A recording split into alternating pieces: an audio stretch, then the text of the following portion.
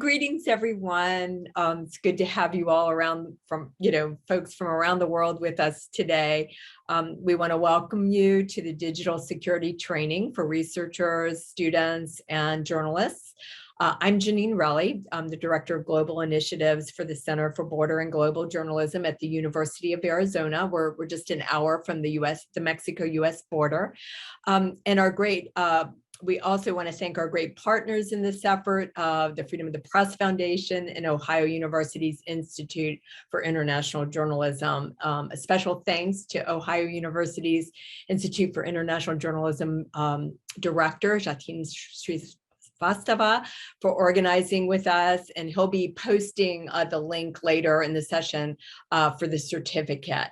We also want to thank graduate student Mandy Loader for writing the grant for this session, and the Commission on the Status of Women at the University of Arizona for funding this digital security training.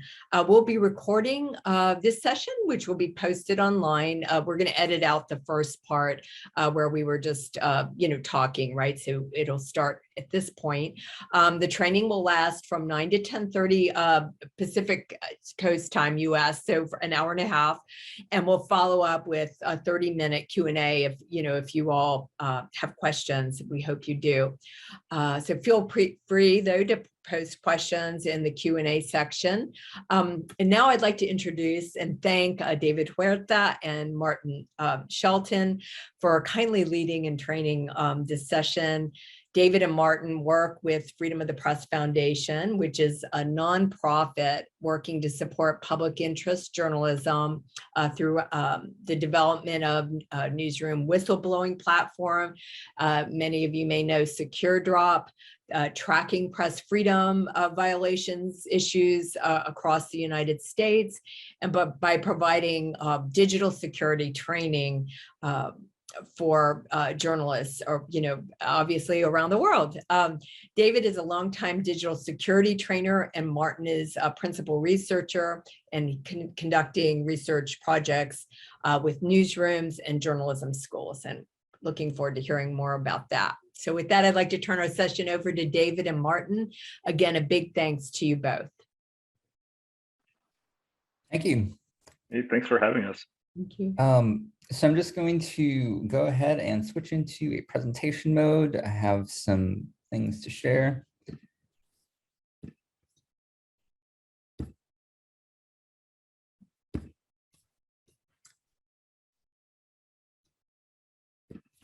Of course, the software update, so I'm going to have to re-grant permission to Zoom to allow it to.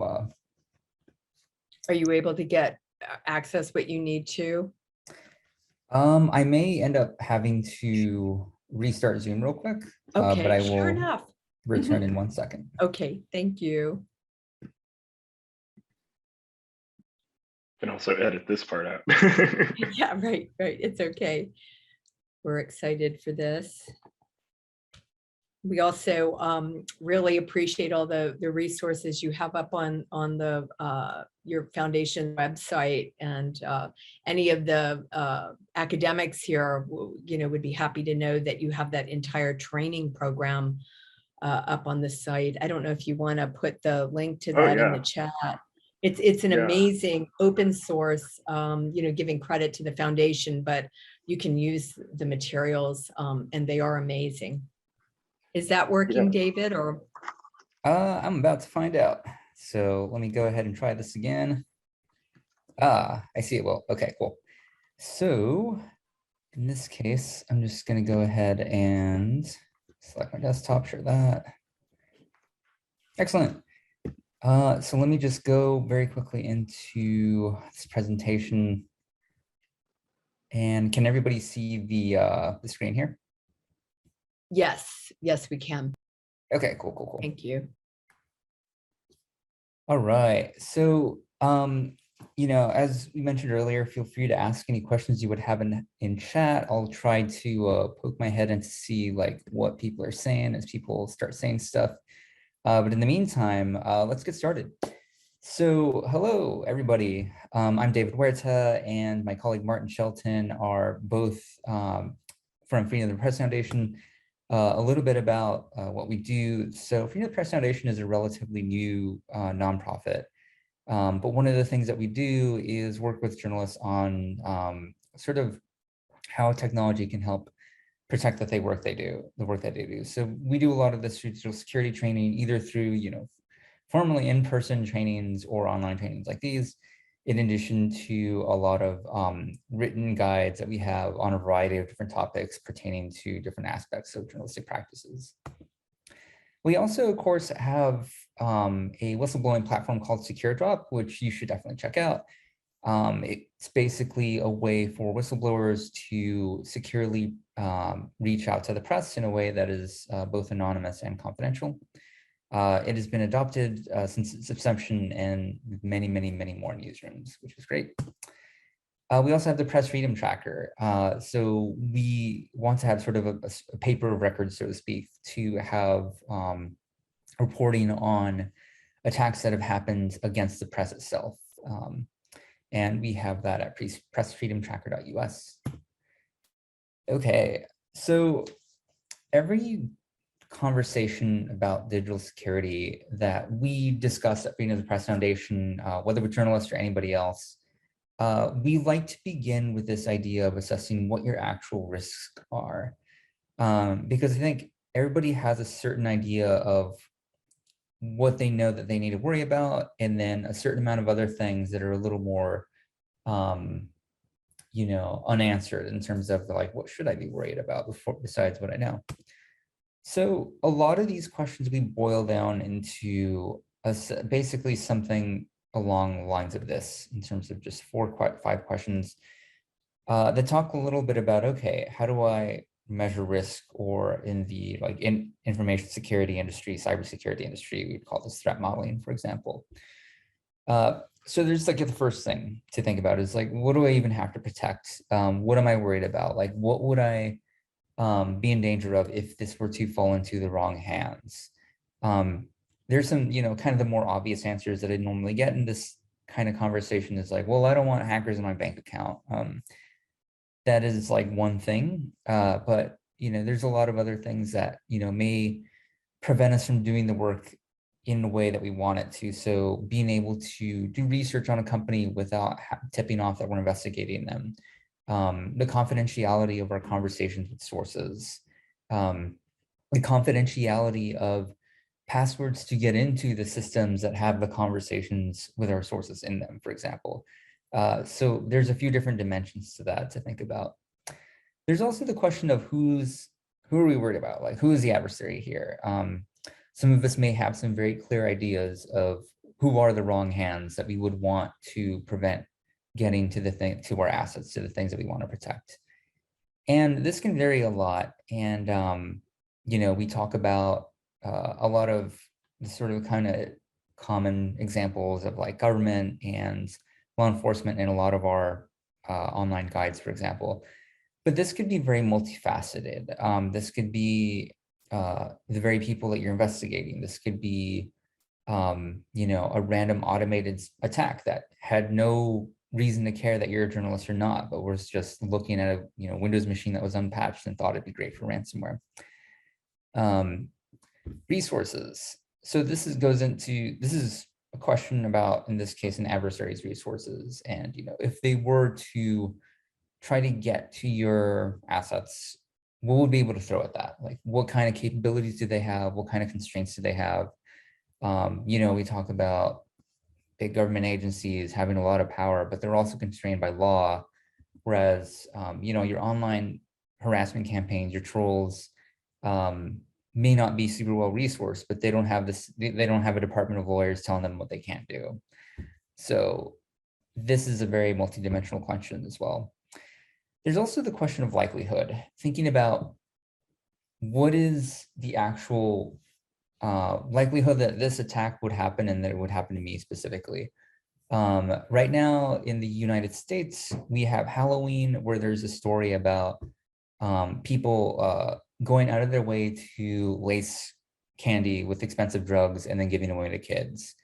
And it kind of was this urban legend that just became perpetuated in this kind of common in the news sphere, basically, people being labeling like, oh, I better double check that candy because it could be laced with weed.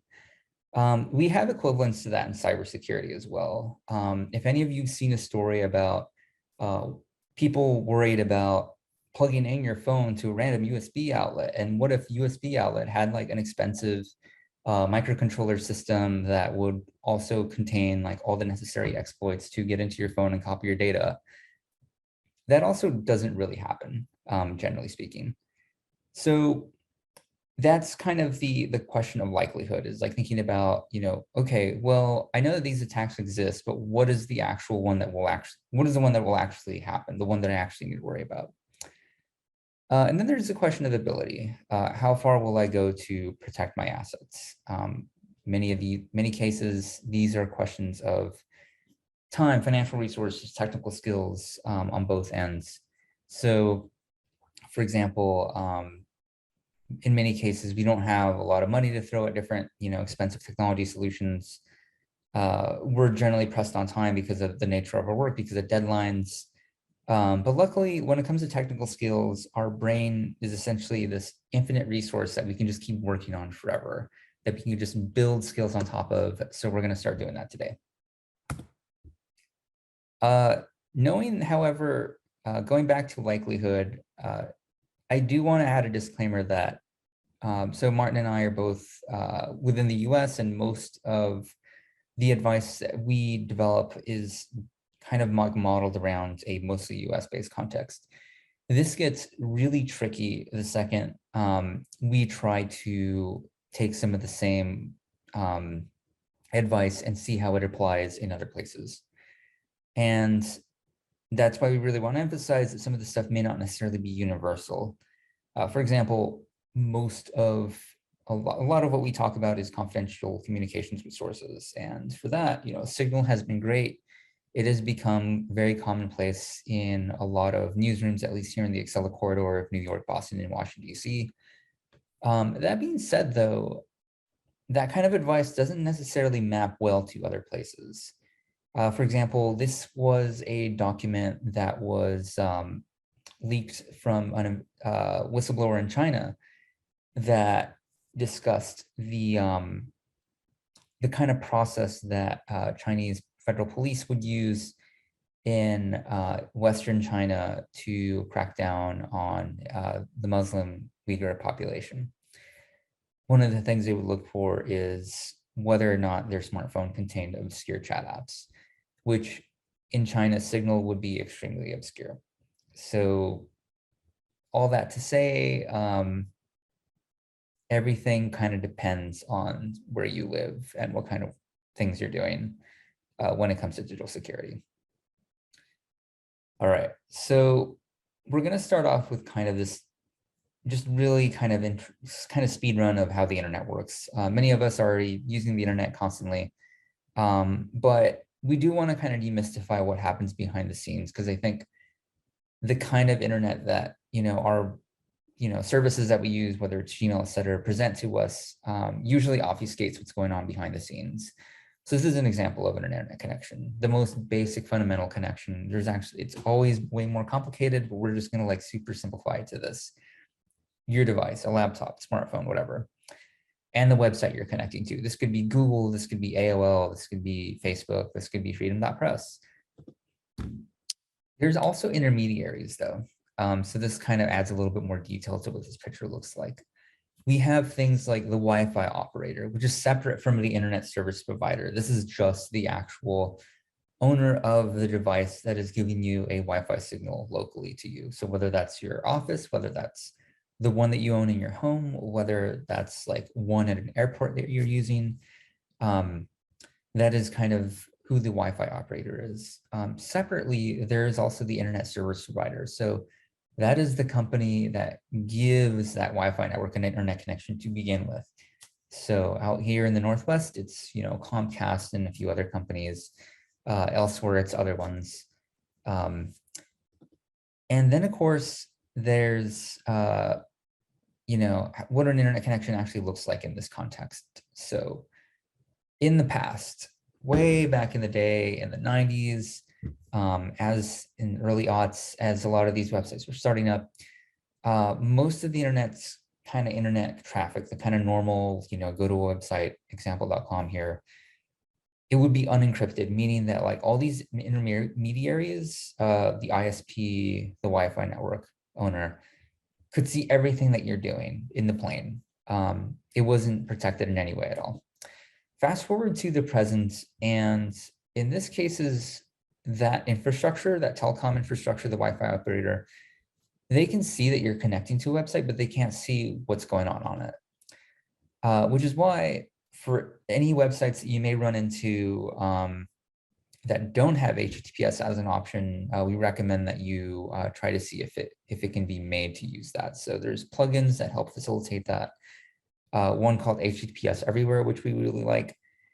There's also things like ad tracking, and which we'll talk about later on, that you can mitigate with Privacy Badger. And for the kind of like, the more extreme options, there's also uBlock Origin, which unfortunately also blocks ads, which is the way journalists make money, but you can allow list certain sites to be able to view them and still support them. So going back to kind of what was briefly said earlier in this case, if you have that modern HTTPS connection, so this is like if you connect to gmail.com now, if you connect to facebook.com now, any modern website really, it'll look like this. It'll basically, the actual Wi-Fi network ISP won't be able to see what you're doing. They'll just be able to see that you're connecting to a website and doing something on it. So in this case, though, the provider can still see the content of that data. If you use Gmail, if you use Facebook, what you see on your screen is the data that exists on Facebook servers that happens to be presented on your laptop.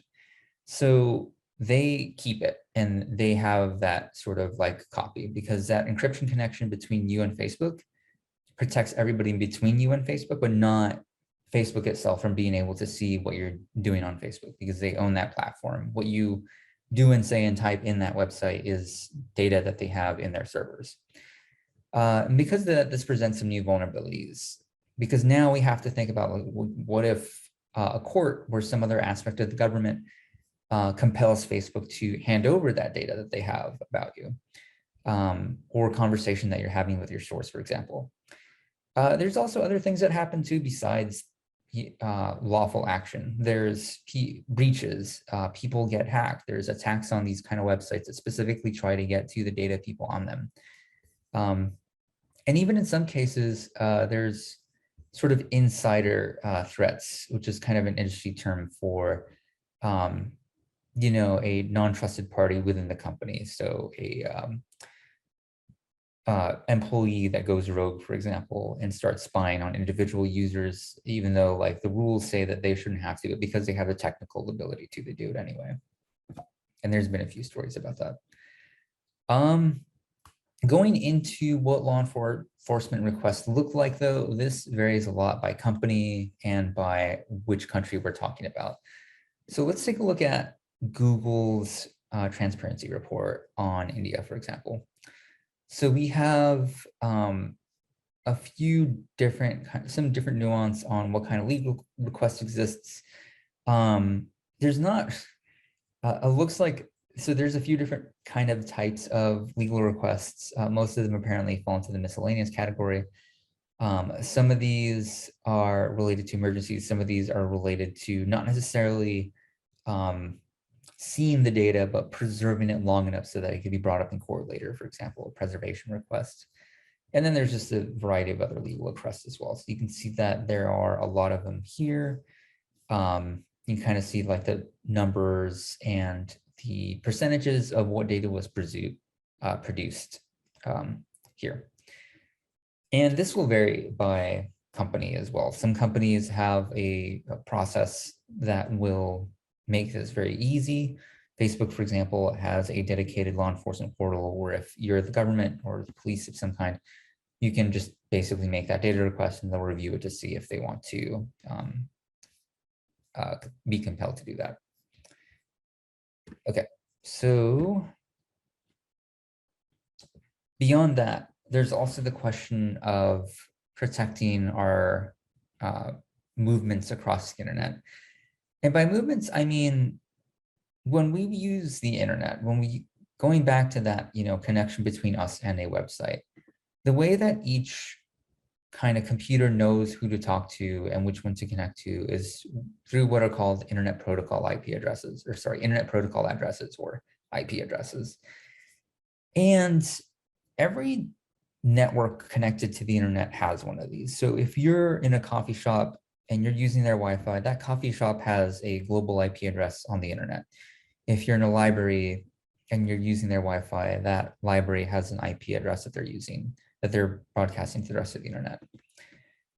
Sometimes this could be a problem for privacy reasons. So for example, I think back a few years ago, there was a journalist at the New York Times who was at the time, of course, working from the office because that's what people did back in the day, and exposed their IP address to a company in Arizona that was that had some obscure pages on their website that don't get a lot of traffic, and this journalist was trying to look into their ownership, among other things. And if you connect to a website from the New York Times building, the owner of that website can see that you're connecting from a specific IP address. And in many cases, IP addresses are correlated to a physical location, sometimes up to a city block. Or in this case, there is the Times building, which is an entire building that the Times Square neighborhood of New York City is named after. So it was pretty easy to tell that this is somebody within the New York Times that was snooping around in obscure parts of their website, after which those pages were removed by the website operator and kind of foiled the investigation a little bit. So these can be sensitive information for other reasons. In many cases, websites that don't collect a lot of information about us, like Twitter, for example, does not have all the same things that you fill out for a Facebook account. You don't even have to put your real name. You can put, you can make one of these parody accounts without any names or anything associated with them. You don't even have to put your real location in the little location field. But the way people have tried to, or adversaries, like in this case, Homeland Security was trying to unveil the identity of a anonymous Twitter account, is through the data that they do collect without you having to fill it in. So in this case, there's not much in terms of account, phone numbers, maybe to log into Twitter sometimes. There's not really a need for mailing addresses in most cases that Twitter would have. But there are IP addresses, because when you log into Twitter from home or from your office or from whatever, you're making that connection to the website. And because of that, they know what your IP address is. In this case, Twitter knows what the IP address is of the people connecting to their website or connecting to their app. And in this case would be logged and recorded potentially. There's other examples of how this works. The congressional buildings, US Senate and the House of Representatives, have a block of IP addresses that are known and a public record. And in this case, bots have been created on Twitter to look at anonymous edits on Wikipedia, for example, which is a website where if you're not logged in, it shows your IP address. So to, the internet, basically. So this is not even something you have to be Wikipedia to see.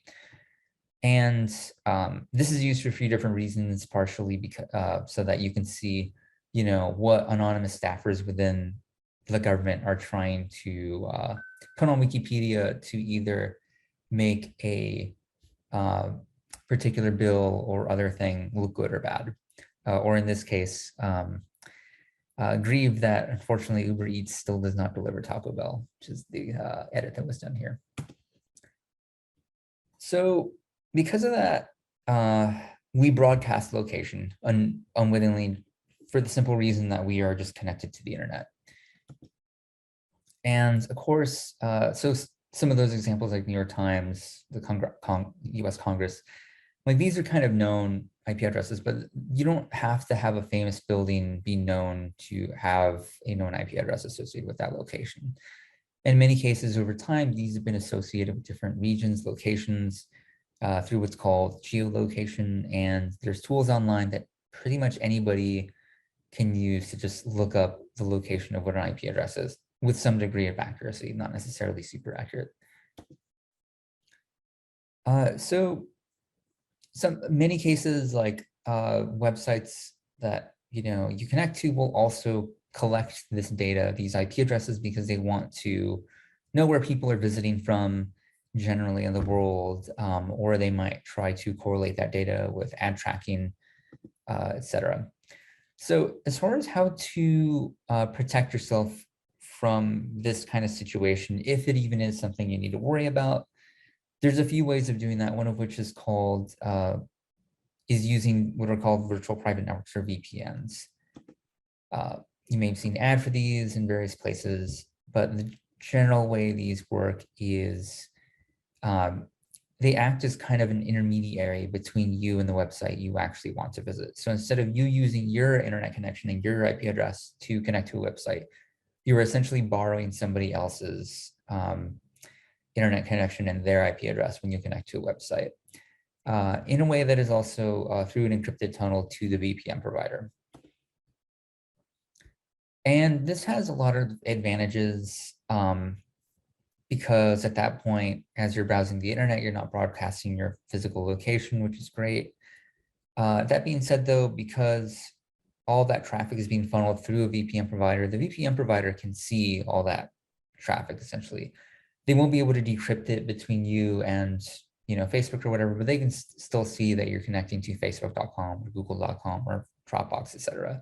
So any unencrypted traffic would also be visible as well.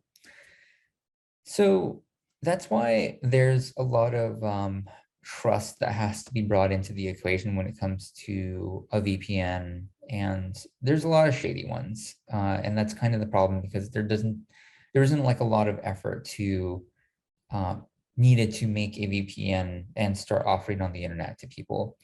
And if you see a free VPN, normally that just means that they're collecting your data and selling that. So don't use one. That being said, for commercial VPNs and others, there are options out there.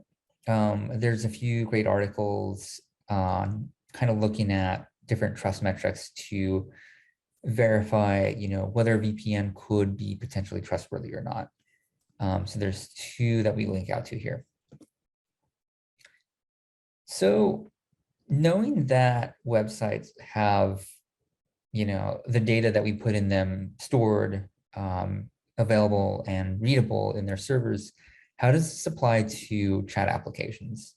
Because many of us use a variety of them, and we are told by all of them that they are secure, and that can mean a million different things. So let's talk about some examples. Let's say a source reaches out to us via text message. So this is not an app. This is just like plain text messages that any phone can send to any other phone. Sometimes these are called SMS text messages that have existed since, we all used our old like Nokia or Ericsson phones back in the 90s and early aughts. Unfortunately, they're very much stuck in the 90s. They don't have any kind of encryption in transit at all, really, generally speaking. So most of the connections on a text message end up like this. They end up in a situation where, of course, the phone company has a copy of that text message now, but also any intermediary, the cell network, the Wi-Fi network, in this case, not with SMS because there's no internet, but other intermediaries of phone companies, for example, cell phone towers, law enforcement that may be intercepting that, can see that conversation happen. So there's really no protection in text messages. Going back to like some of the Facebook examples that we've used, if somebody reaches out via Facebook message, there's some good news there. In this case, the phone company, the Wi-Fi operator, the ISP, they cannot see what that conversation is saying. They don't have a record of that conversation.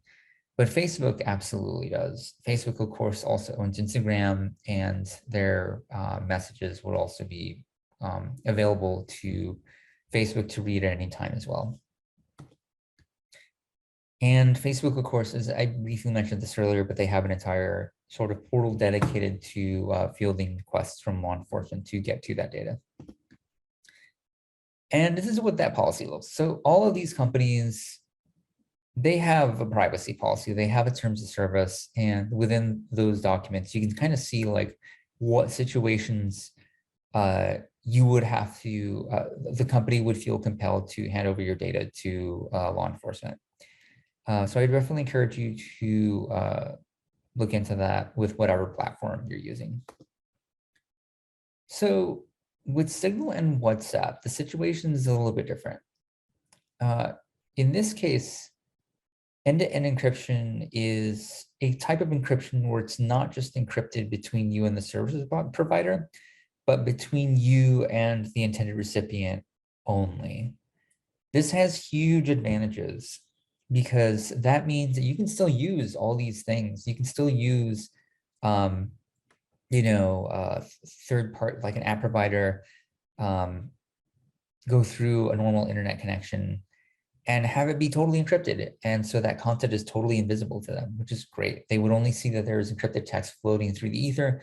They would not be able to see what your conversation is. That being said, so this is what this would look like in the past.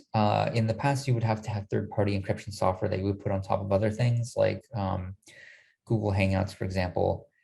And this is what that would look like from the provider side. You would just see this kind of encrypted text that wouldn't actually give any idea of like what is being said. And now that encryption is turned on here, yeah, you can see that this conversation is unreadable to Google, which is great. This is another example using OTR. There's still a lot to suss out here. As you can see, even though you cannot read what the message is, you can still see a few things about the message, including who sent it to who, their names, the kind of protocol that they're using. So in this case, that question mark OTR at the beginning of the message is the type of encryption being used, as well as the time, like the 2:05 p.m. timestamp that says like when a message was received or sent. And this is what we call metadata.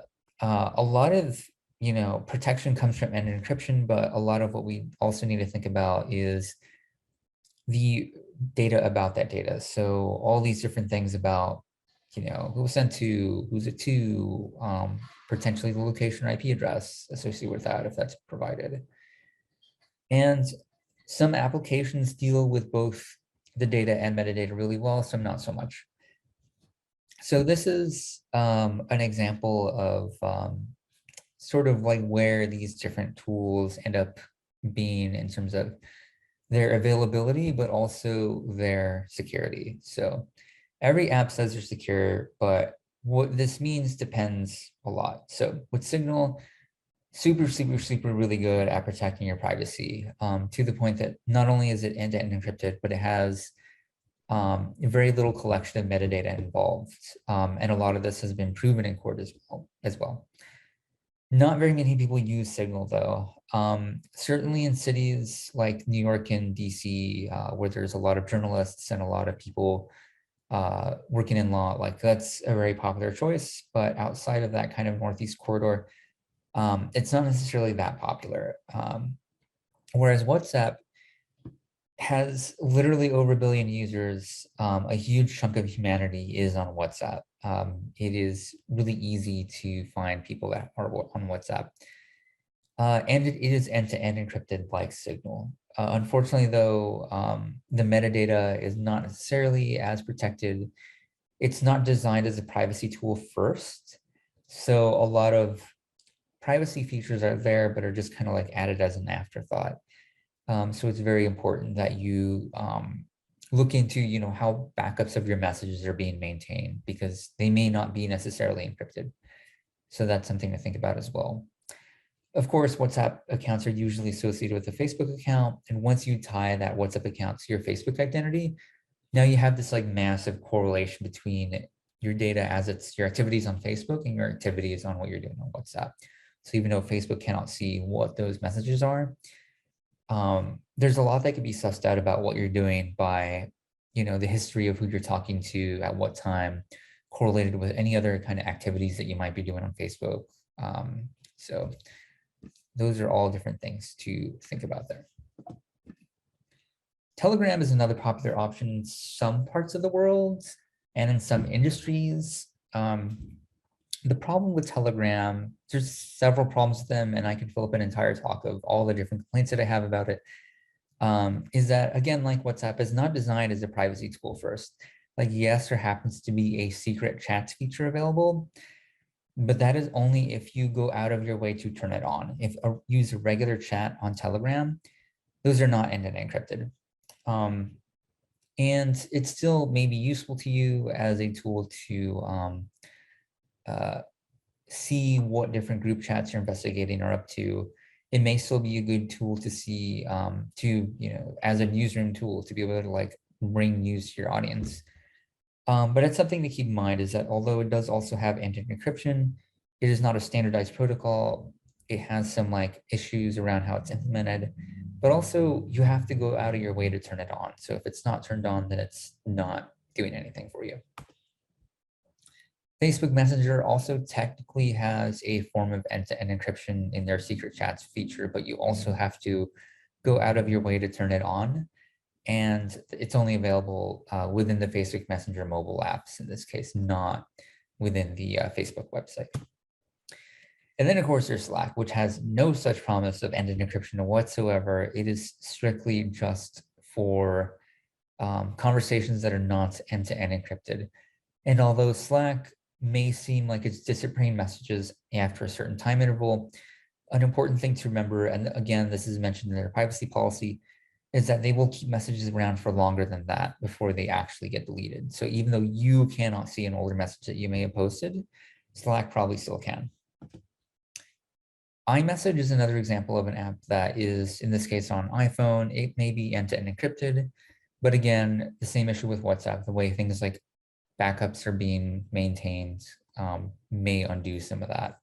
So important to look into. Of course, going back to text messages, those SMS text messages that have been around since the beginning of cell phones, no such protections and no promises of such protections.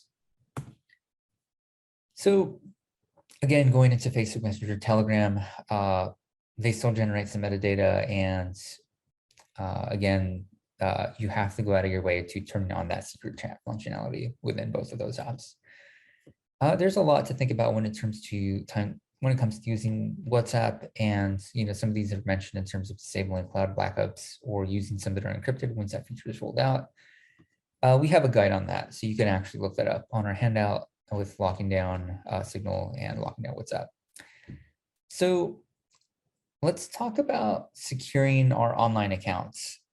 And a lot of this, so the reason why we talk about online accounts, even though it sounds really boring, is that this is where most of those breaches come from. So I mentioned some things that don't happen in the real world. So I mentioned things like people going out of their way to sneak into airports and take off the wall adapters and put in USB ones that have secret computers running inside that are also going to have infrastructure to be able to home back to.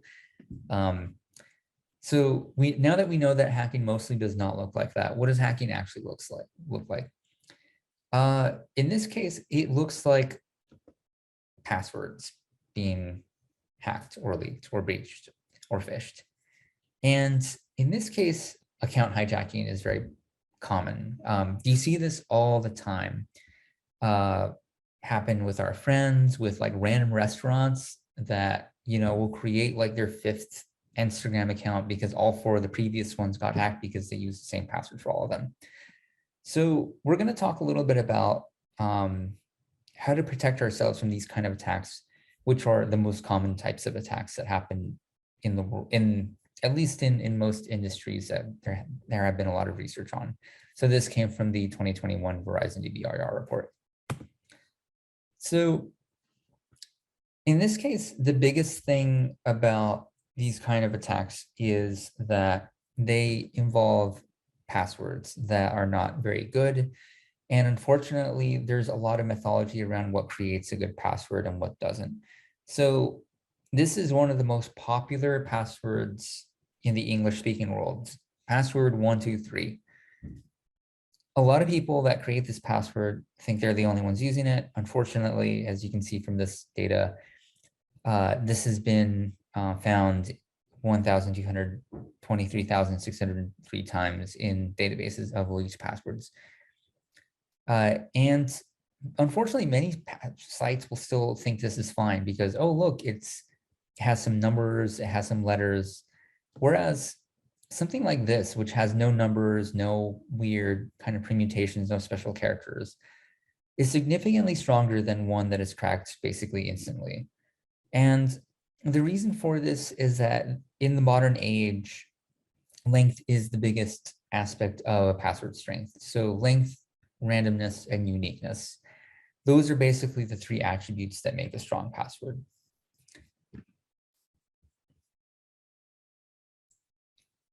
Cool. Okay, so we don't seem to have any questions yet, but definitely feel free to drop any in chat if you have any. Oops, no, that's not what I wanted to show. Oh, so yeah, here we go. So here's the deal is like when it comes to passwords, the unfortunate reality is like most people use the same set of passwords for everything. The problem with that is that breaches happen, phishing attacks happen. Once only one of those passwords is found once, then they can use it to log into other things. And this happened to some pretty high profile cases. In 2016, for example, Mark Zuckerberg had his password breached. And in this case, the reason for that was there was a password that was found in a LinkedIn hack that happened a long time ago. And that same password from that Mark Zuckerberg was using in LinkedIn was also being used for Twitter. And because of that, they were able to hijack his Twitter account. That being said, though, like in the modern age, we have so many passwords that we have to keep track of. Our brains are not good at coming up with unique, random, long passphrases for every single of the hundreds of websites and apps that we use. So instead, we have tools available to us to do that for us. Password managers will let us do that, like 1Password, Bitwarden, others. And they will make it so that we can just store those unique, long, random passwords for us, and then even let them autofill them on the websites that we log into. And this helps a lot because passwords like the ones that password crackers or password managers generate take a long time for password cracking tools to actually figure out, like potentially centuries beyond the practical reach of basically any adversary, even those with incredibly powerful computer resources. This is what that looks like. This is an example of logging into Amazon from Chrome. It's essentially, the password manager checks to make sure it's the correct website. It lets you autofill. You don't even have to look at the password. You don't have to type it in. You don't have to call your friends to remind you what your password is. You don't have to log into your email, try to reset the password to try to get back in, and then go to that email to look for what the last password was that it was set to. That life is over. That, life of scavenger hunting for your password for whatever it was, having to reset it before you forgot it. You don't have to worry about that anymore. You can use your password manager to do that for you and take the wheel, which is great. And that's kind of, in my opinion, the whole point of computers is computers exist to do all the boring stuff for us so that we don't have to think about it. And password managers are an ideal tool for that. And we have a lot of different kind of suggestions on that. Bitwarden is up and coming but has been very, very promising and good on what it can do. It has a pretty decent free tier. Password has is another option. And if you're a journalist or work in journalism, you can apply for the 1Password for Journalism program, which will let you have 1Password for free. So we have a guide that will let you kind of take a look at, how we evaluated these two choices among others. Okay, so we're just gonna really talk about or talk a little bit about phishing attacks and the different kinds that exist, because in many cases, we can have really good passwords But if somebody tricks us into giving away our password, then it doesn't matter. The attacker has a good password that they can use to log in as us. And the way most adversaries do this is through what are called phishing attacks. So these are social engineering attacks, as we would call them, that are designed to trick you into entering your password to a fake login page many times. Sometimes they're designed to trick you into installing things that are bad for your computer.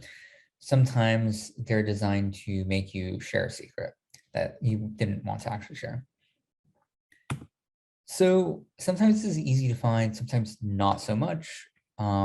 This is a set of examples that we're going to go through. We're going to go through a game called Spot the Fish. If you would like to participate, feel free within chat to point out anything that you would find fishy about some of these examples. So I'll let you know when we'll have those on screen. So in this case, we have this example from, I think it was, yeah, it's time for Spot the Fish. So we have this example from, I believe this was Citizen Lab, where they had this article about this Egyptian lawyer who was arrested at her home. And a few colleagues basically got an email saying like, hey, your friend's been arrested. Go click here to get the arrest warrant or a copy of it. This is what that email looked like. Does anybody see anything suspicious or fishy about this particular email that was sent? And again, feel free to put anything you would want to share that you would find fishy in chat.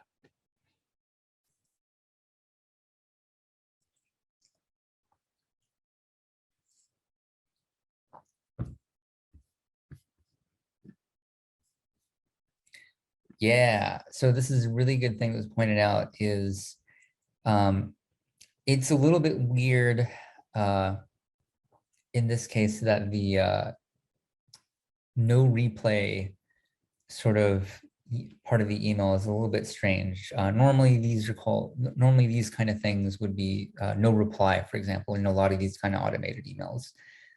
And there may be a few reasons that we'll get into for that. There's also the logo in the middle is a little bit weird because if anybody has gotten a Dropbox email in the past, this isn't exactly what it looks like. It's usually not a very blurry logo, and it's usually completely different looking. The subject, is also pointed out, is a little bit weird because if you look at the kind of language Dropbox uses to call things, they really, really insist on calling your Dropbox. Like they want you to say their company's name all the time. So they don't call it an inbox, they call it a Dropbox, capital D Dropbox. So in this case, the words that their word choice is a little bit strange. Also, if anybody thinks that the design of this email looks a little bit familiar in a weird way, that is also something that's a little suspicious. And also, yes, so Jatine pointed out, why would a Dropbox use a Gmail account? And they wouldn't. Dropbox has a lot of money to spend on their own email, like SaaS solution or whatever. They are flush with cash. They can afford to have their own emails, their own Dropbox.com email service, and they can afford to have a logo that is not blurry like this. So these are all like very, very good comments. And if anybody thought that the design of that email looked a little bit familiar, does anybody see anything fishy about the page that was linked to from that email? And this by page, I mean like things like the address and anything else kind of about this.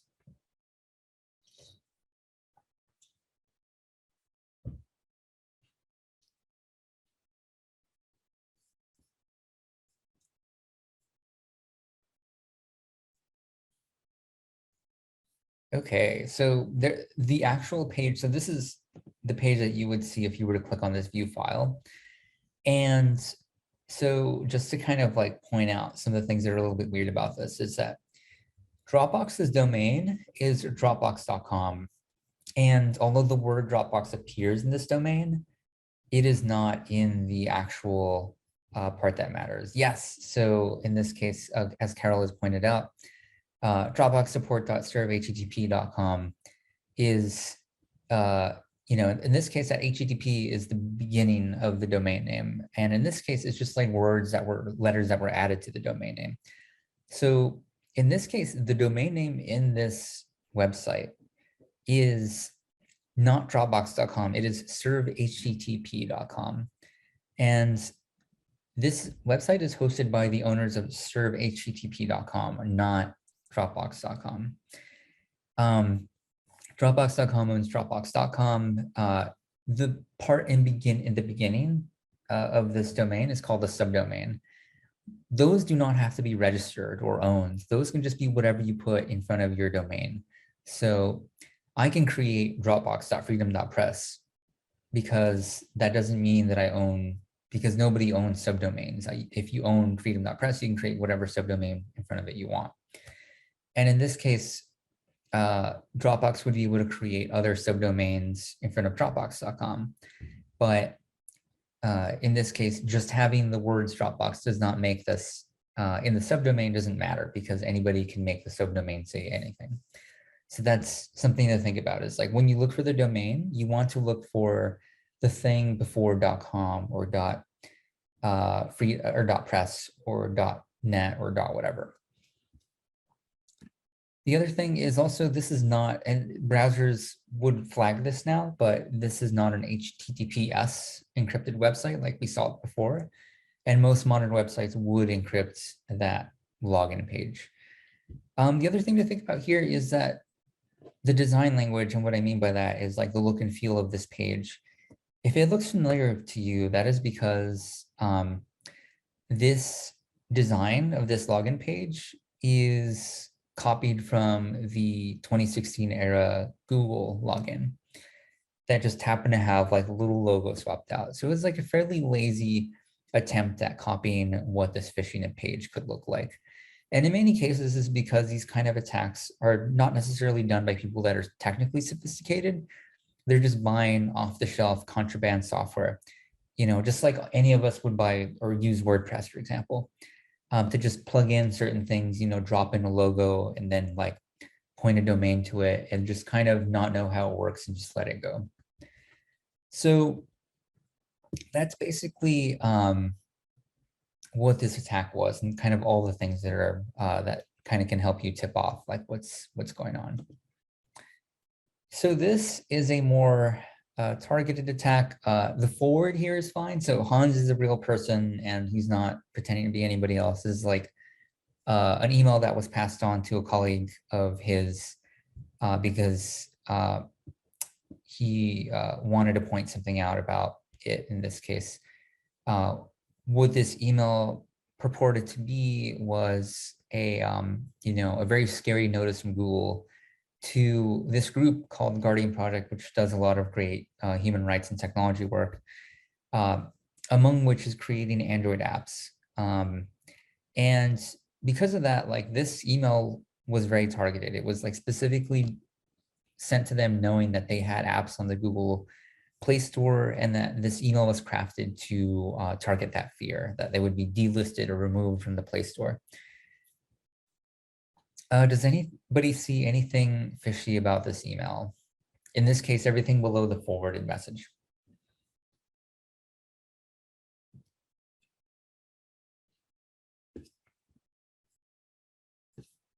Yes. So it's pointed out that Google, and we kind of highlighted this, but Google has 3 O's. Yeah, exactly. It was also pointed out, it's like there's like a lot of weird stuff about the fact that it's 3 O's there. Oh, and as far as the time zone, I haven't actually thought about that. So it's +000,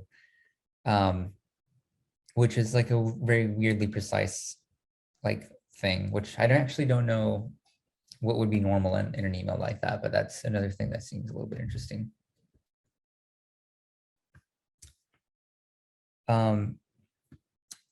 Yeah, so also the address link at from that can be like, it's a no reply, but in this case, you know, the fact that it's like this is very long, like it really tries to emphasize it's like, hi, it's like this is no reply developer Google Play. Normally they're not so verbose, so that's a little bit sus as well. Cool. And yeah, it was pointed out, the kind of big thing is that, you know, we want to look at that actual domain before the .com. And that one was not google.com, it was google.com with 3 O's, and Google has 2 O's in this case. But it's really hard to notice things like that. And that's why they choose to buy up domains like that. So that's something to consider when like really looking at how these attacks are done, because sometimes they're really hard to find like that. Luckily, in this case, Harlow, who happens to also now work for us at Freedom of the Press Foundation, caught this email as a phishing attack back when she worked for Guardian Project.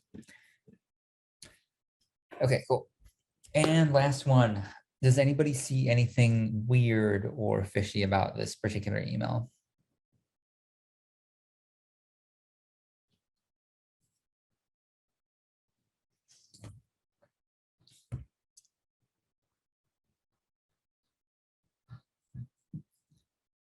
Okay, so actually, oh yeah, let's see.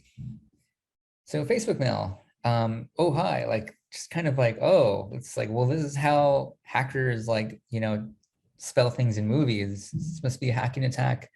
Facebookmail.com is not facebook.com. Unfortunately, though, this is a trick question. This was a fake example. So this is unfortunately a real email from facebook.com. Apparently my neighbors upstairs are bowling right now. And the domain facebookmail.com is owned by facebook.com, by Facebook. So unfortunately, the rules around what to look for are not always very consistent.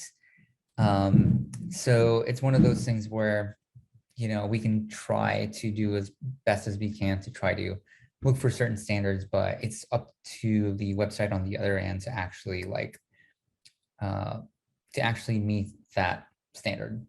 So in this case, the lead speak, the like kind of like, oh, hi, Harlow, and Facebook spelled with zeros instead of O's. That's like an old obscure setting that you used to be able to do on Facebook, where you can change your language setting to lead speak, which is this kind of like 1990s like hacker sort of like spelling for things. So, you know, going back to what we talked about, many of the factors that define a phishing attack are things like typos and bad grammar. This is for a few different reasons. Many cases it's like that, you know, the attacker might be based in a country that is not the one that you're in.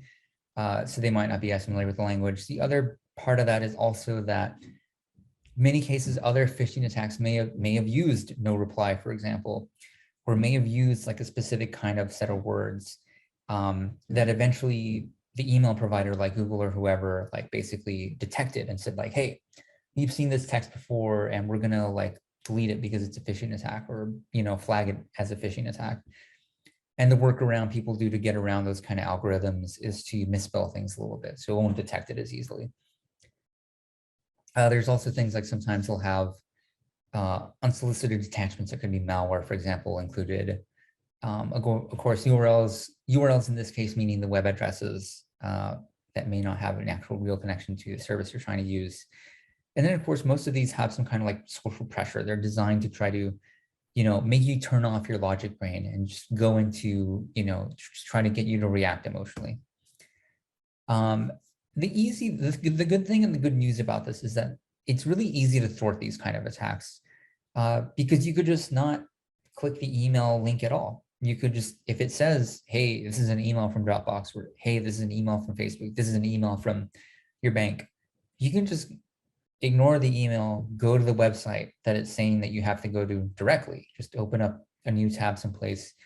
You just go to facebook.com, go to dropbox.com, go to box.com or wherever, and just check to see whether that notification actually exists there. And if it is and it's a real mail, then that's how you'll know. Then of course there's the question of, what if, we follow through on all this advice. We have amazing passwords on all of our accounts in our password manager, but in this case, we got phished anyway, or there was a breach on the other, on the website side, and the website wasn't protecting your password at all. In that kind of situation, we still have a certain ability, we still have some protection that we can adopt to protect our accounts. And that is what is called two-factor authentication. So there's this idea within cybersecurity that we have different factors of proving who we are to a system, to authenticate ourselves to that system. There is something that we know, which is our password to the system or passphrase to our password manager that lets us into that system. There is something that you have on your person. So, a mobile phone that you get a message texted to, or a, we'll talk a little bit briefly about what are called hardware tokens, security keys, something that you have on your person to prove that it's you. The third factor, which we're not going to talk about, is what is called something that you are, and that is things like biometrics, things like, the Face ID and fingerprints and all that stuff, which we're not really going to go into too much.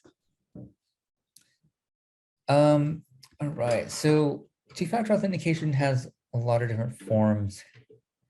And in this case, we have what is called 2FA.directory. And that is a website you can use to look up to see whether the websites that we're logging into have two-factor authentication as an option, because that's something that has to be set up on the end of the website or the app provider in order for us to use it. So in this case, there's different kinds of ways that you may have seen this. Some of you have maybe logged into a website that has sent you a text message to log in, for example.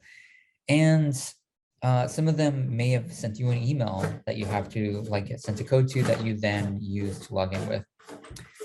And in this case, with that comes different kinds of security risks. In this case, there are a few different things to think about when getting a code sent via text message, for example. So this was a very big famous attack that happened to DeRay McKesson, famous Black Lives Matter activist, who had his Twitter account hijacked. And the way this works was in two parts. One part, his password was found in some way, either through a password breach or through a phishing attack, I don't really know exactly, but also through two-factor, by having them log in through two-factor authentication with a text message. So in this case, the hijacker was able to take over the account by having the password, but also by hijacking the phone number that those text messages were sent to. The way that happens, and this is very, very different in every single country. In the US, a lot of phone companies don't really do a lot to protect the authenticity of who owns a particular phone number. They'll ask things like your birthday and a few bits of other information, which may be common knowledge to a lot of people, especially if you're like a known public figure. So in this case, the attacker was able to just impersonate DeRay at basically a kiosk at a mall someplace and say hey, Verizon, I'm DeRay, here's my new phone, please port my phone number to my new SIM card. And they were like, oh yeah, sure, I guess. The thing to remember about this attack, though, even though it was quote unquote easy, these kind of attacks are not necessarily easy to get away with. Everybody that was involved with this attack basically had the book thrown at them in court. They're all basically doing time. So even though text message based two-factor authentication is not great because it's vulnerable to these kind of attacks, it's still usually better than nothing, because these kind of attacks are generally not that common within the US. Other countries like Australia, they happen fairly regularly, actually. And that's why, though, we recommend using forms of two-factor authentication that do not involve the phone company at all. So there are apps like Authy, for example, that let us generate codes onto the device instead of having them sent to us via text message through our phone number. And this has a lot of Advantages, mainly being that, you know, we don't have to think about the security of our phone number at all in this process, which is great. And if you upgrade your phone on something like Authy, for example, you can move your codes over to the new phone relatively easy. And, you know, Authy isn't the only app authenticator out there. Some of you may be familiar with Duo if you use that in a corporate setting at your job or at your school. Some of you may be familiar with Google Authenticator, for example, and they mostly work in the same way. There's some advantages and disadvantages to all of them. Also, there's what are called security keys. So there's like the little kind of like USB keys that I mentioned earlier. These are not USB drives. They are specifically designed security keys that do the same thing as the app, like Authy, for example. But in this case, instead of you looking at a code on the screen, it actually like enters in the code directly, transmits it to the website for you, and checks to see whether the website is the real website. So it'll use that HTTPS certificate to identify that website, say like, this is the real google.com, this is the real dropbox.com, this is the real box.com. And then and only then will it actually transmit that code over the wire to the browser, which is nice. All right, Martin, would you like to talk a little bit about protecting your devices? Sure, yeah. Yeah, let's go next slide. Cool. Yeah. So there's a few different things that we want to be thinking about when it comes to protecting your devices. Generally, you know, the phone that you have or the computer that you have, if somebody were to get access to them with the password, of course, then they could log in and do whatever they wanted on your computer, just like you. The good news is that a lot of devices nowadays, they come with something called full disk encryption. And what that means is that the device, it scrambles up all the data in such a way that it can only be unlocked with your password. This full disk encryption needs to be turned on a lot of devices.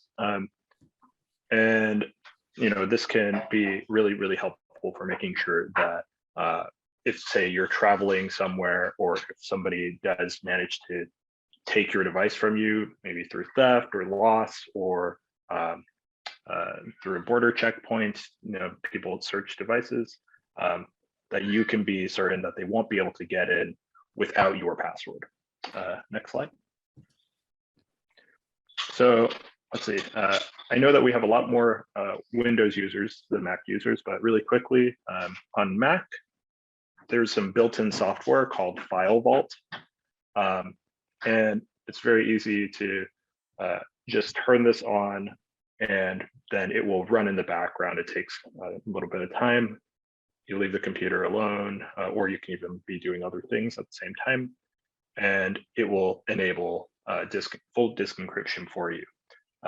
Feels just like, you know, logging in as normal with the password. Next slide. On Windows, there's a piece of software built in called BitLocker. It does the same thing. It encrypts your disk with just the password. It takes also a little bit of time to set up. It's not available on every single version of Windows. I believe that Windows Home Edition, it does not come with BitLocker, so you have to check which version you have. I've worked with no shortage of activists and you know, people who are thinking about budgeting, who have pirated their version of Windows. So I believe the pirated Windows Pro version still has that, but I'm not endorsing pirating. But I will say, if you have a pirated copy, you can probably still use this. Next slide. Okay, so we have a video here of exactly how this looks to set this up. Very easy. So you just type in manage BitLocker, it could just be BitLocker, and it should bring up this menu. You just click manage BitLocker. So you can see this is a standard kind of just like follow the instructions flow. They're asking you to type in your password.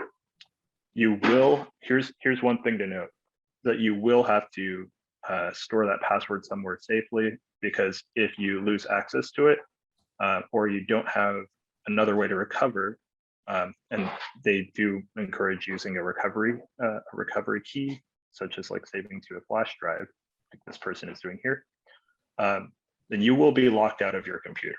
So you really, really want to keep that password as, you know, in somewhere safe.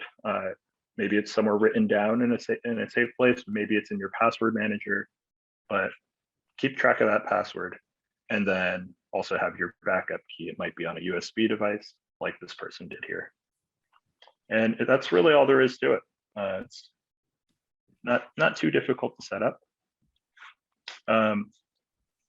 On Android, most modern Android devices have full disk encryption enabled by default, or sometimes it's called file-based encryption. But you're going to want to double check, especially if you have an older device. And you can do that in your settings. We'll have a handout for everybody to look at after this training, where you can see exactly how to get access to all of this.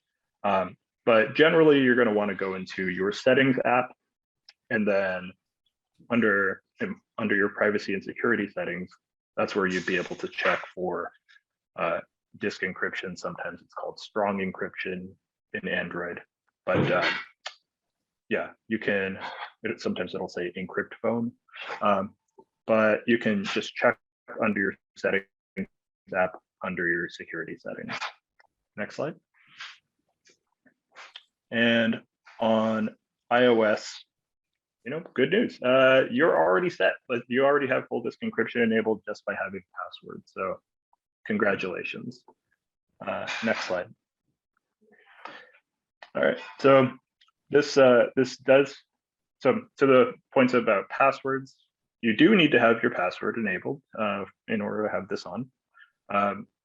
And generally, we recommend using a longer password, 10 characters or more if you can, including letters and numbers. The reason why we say this is because there are a lot of these tools that make it possible for somebody to crack the password just by guessing, using a little machine that will iterate through commonly used passwords and then every combination that they can.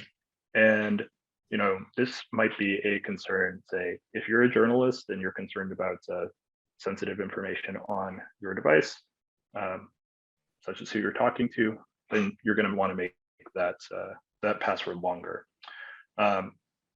Using letters and numbers also makes it a lot more difficult to do this kind of attack. The more random that password is, the better. And you know, there's a lot of different ways that you could do this. Say, you might have heard of some of these techniques for coming up with your own password. Say, like, you have the lyrics to your favorite song and take the first character from each of those, each part of, or from each word in your favorite song. That's not super random, but it does look pretty random to a machine. So that's the good news. And we can use a longer and more random password to make it harder for somebody to get access to that device. Passphrase is another way to do this, is come up with a random series of words and then put those into, put those as your password. A password manager can also help you to generate those kinds of random passphrases. But we also want to point out that, you know, the password isn't everything. There's, you know, a lot of our devices have face scanners and fingerprint scanners, and these can also be a really convenient way to get into your account. So we do think that you should continue to use those, but there might be places where you don't want to use them. Say, if you feel that you're in a risky situation, say in a border crossing, or protest or another place where you think that your device is likely to be seized, then that is something that you are going to want to consider carefully. There might be situations where you might want to turn off biometrics from within your settings app for your phone. So in those high risk scenarios, does it help if the password uses words/phrases from a language other than English? I don't believe so. No, you can. You should be able to type in the password in whatever language you prefer. A lot of these tools, they were designed around the English language, but I will say that I don't see any reason why you would have any like huge advantage or disadvantage by typing in a password other than English. Go ahead, David. If I can chime in on that. So what helps is actually if there's a mix of languages in the mix. So there's a few different tools that an adversary would use to try to get to the screen unlock code. One of which is what is called literally a dictionary in terms of a dictionary attack, which will go through kind of like all the different words within a particular language. But if they want to try to crack a phrase, they usually do one language at a time. So if you were to mix, and this is so there's dictionaries for like every kind of language available for all these different forensics tools. So like there's for Spanish, for Hindi, for Chinese, etc. And in this case, simply using a language other than English doesn't really help much because of that. But if you mix languages up, so if I have a screen unlock code that both has a little bit of English and Spanish in it, for example, that actually forces an adversary to include another additional dictionary and another larger set of words to include in that kind of like sort of dictionary attack, which could be a significant advantage to you. So yeah, if you have specifically not just one language, but several, that is like one advantage you can use there, which I would encourage. And then just really quickly, there was a question from Fatma on the using a free VPN. The reason why is usually free VPNs exist because the way they pay their bills is to essentially sell your data in some way or another. The paid ones in this case don't have to because you're already giving them money to pay the bills. And there's a few different ways to measure kind of trust in that regard. So those two articles from Wirecutter and from our own website, from reader.press, will kind of show you like what to look out for with the paid ones. Cool. All right. Yeah. Thanks for that. Yeah, that's a really good point. Thinking about the mix of passwords and sort of resisting the automated password guessing attack. So let's see. We have another question from Fatma. Let's see. How can I detect URLs that are not connected to the server? So it sounds like this is in regard to, say, if you are using a password manager, if you are looking at a potential phishing website. Is that right? Looking for a URL that's not connected to the server. That's something that also there's, we don't always know every single website that is connected to a particular service. So let's say we brought up the Facebook example earlier. You might get an email from Facebook. They also happen to have Facebook Mail. And that could be a little bit confusing because you might think it's like, oh, Facebook Mail. That looks like it's not Facebook. That looks a little bit shady. In this case, it's okay. But we can kind of bypass a lot of those questions around what's the correct URL by searching for it ourselves. So going directly to, like, I could go to Google or your favorite search engine and then say like type in Facebook yourself, then go bypass this entire process of trying to guess like which is the correct URL.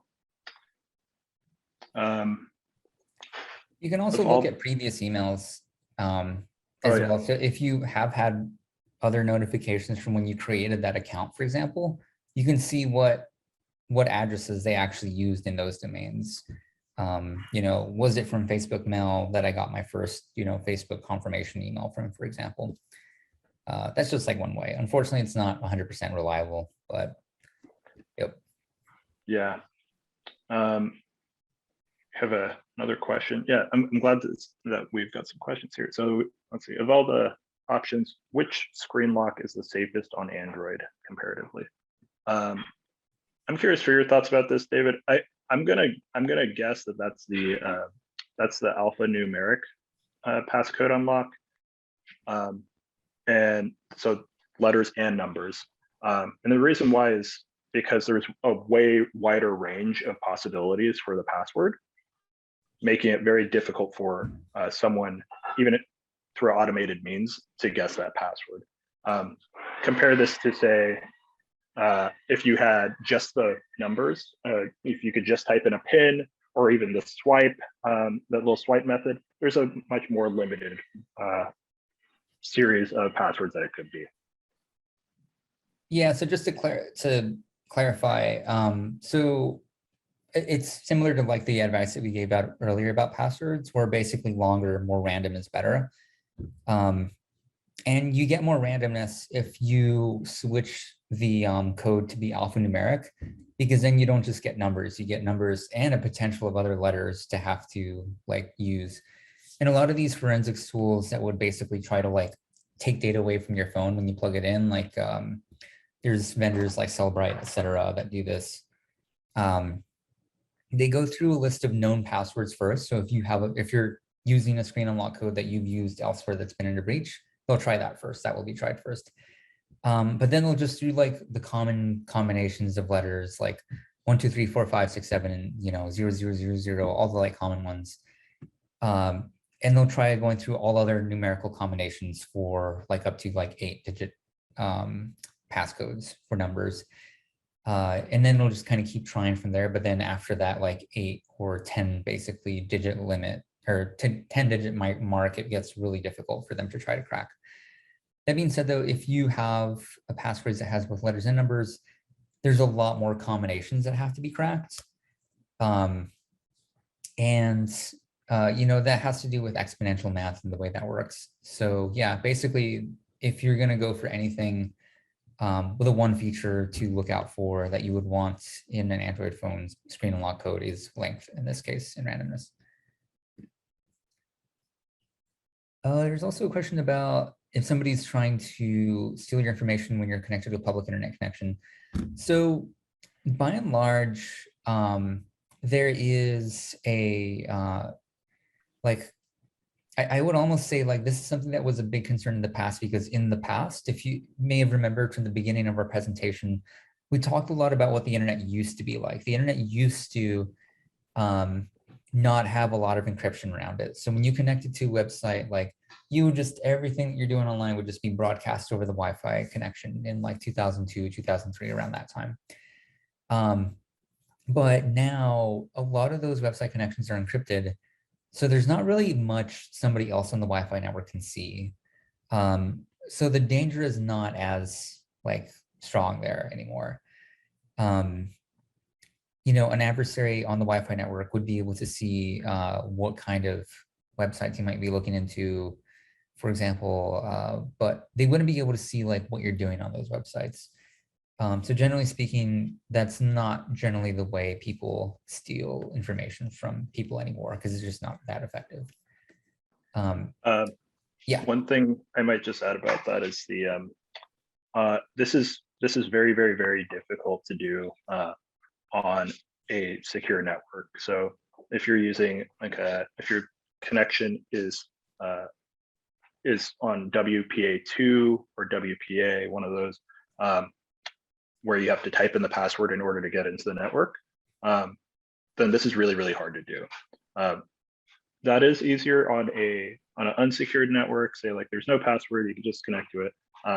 Yeah, you could get a little bit of information about what some website somebody is looking at, but not what they're doing live. Yeah. Yep. And to follow up on Windows 10, so Windows 10 has built-in security software. It used to be called Windows Defender. Now it's just called Windows Security, which has its own built-in antivirus and malware detection. And that's good for that specific reason. But that's it. Like all these different tools that we're showing you have different purposes because security means different things. So when we talk about password protection, we're trying to prevent account hijacking specifically. When we're talking about antivirus and malware protection, we're talking about just preventing your computer from being infected with malware. When we're talking about full disk encryption, we're just talking about protecting the files that live in your computer if your computer is taken away from you or if your phone is taken away from you, for example. So the built-in Windows kind of security is specifically designed for just dealing with malware, not any of the other things that we're talking about. Oh, and the DBIR report, just to quickly reiterate that, it is kind of this industry report that a lot of the cybersecurity industry uses to cite statistics basically on how cyber attacks are happening. So it's used, we end up citing a lot because that's kind of what a lot of people in the cybersecurity world end up talking about.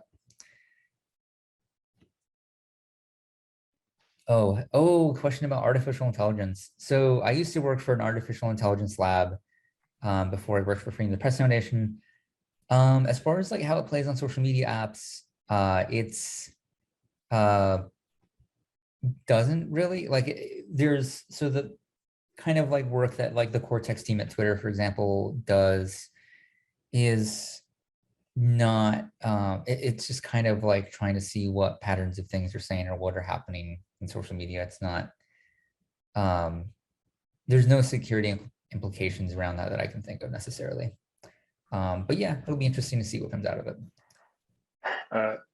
Side note about that, I also previously was doing some AI research, and it was yeah, behind AI there's this joke that you take the mask off of AI and it's just a lot of advanced statistics, and that's all it is. It's just making decisions based on statistics. So I think it's funny.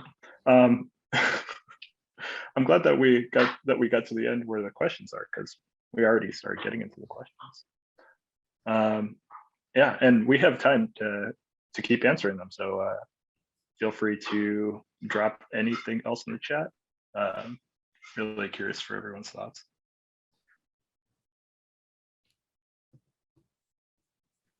Also, we know that a few people had to leave at the half-hour mark. So if so, definitely do appreciate you being with us. Cool. So we're going to keep the chat open and be available for questions. But in the meantime, in the future, if you want to reach out to us, this is our contact info. There's also freedom.press/training, where we have many of the guides that we talked about in this presentation, and that we also have in the handout if you want to ever take a look at our stuff there. But yeah, feel free to drop in any more questions you have. We're in the chat.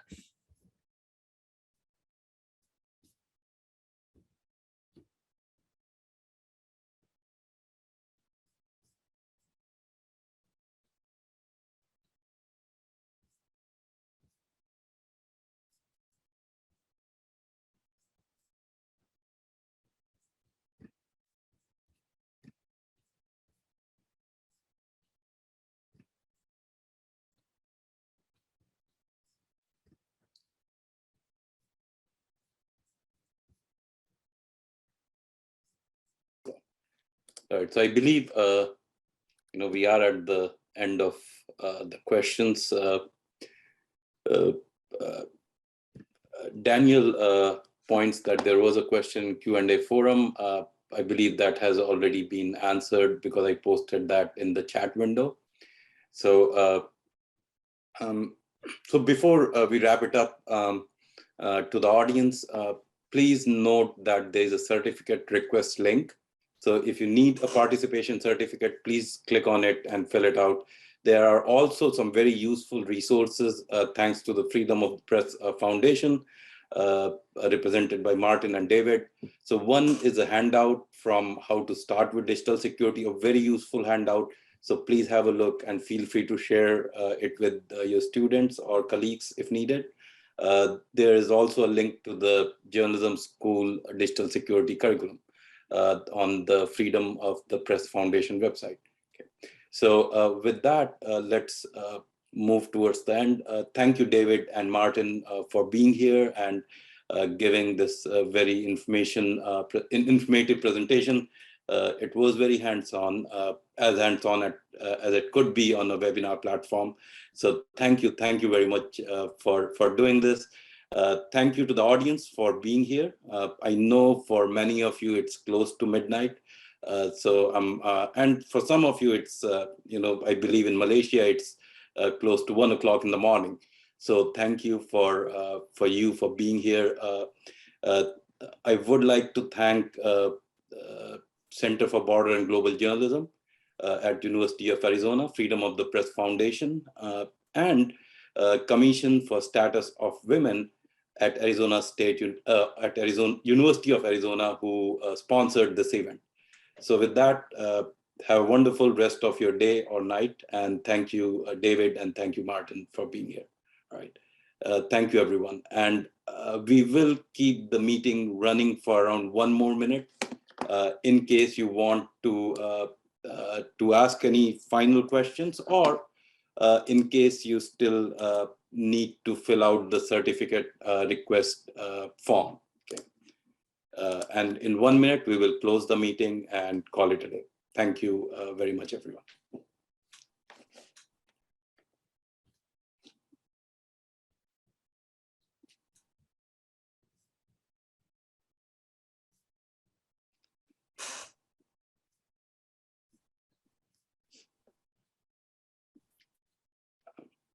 I see the comment from Erica. We will post the link to the recording once it gets available so we will share it on our social media, and I believe Institute for International Journalism will share it, and Dr. Janine Rayleigh from Center for Border and Global Journalism, she should also be able to share it. But if you don't get it, please feel free to email us. My email ID I'm providing in the chat window, and I would be glad to share the link to you, link with you when it gets available. Thank you. All right. So the link for the useful resources, one is the handout, and the second is the link to the journalism curriculum page.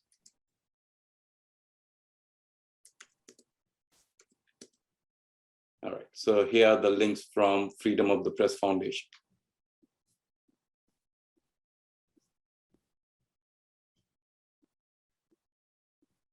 All right, so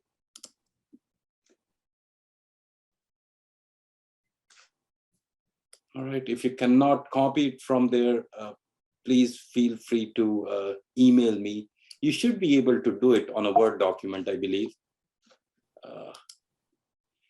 Just try using right click of your mouse, and that might work. Maybe the shortcuts do not work very well. Okay. All right. So if you're facing any problems, please feel free to email me, and I will send you my response via email. And so with that, let's call it a day. Thank you, David, and thank you, Martin, again, and thank you, Mandy and Andres, who have handled most of the backend.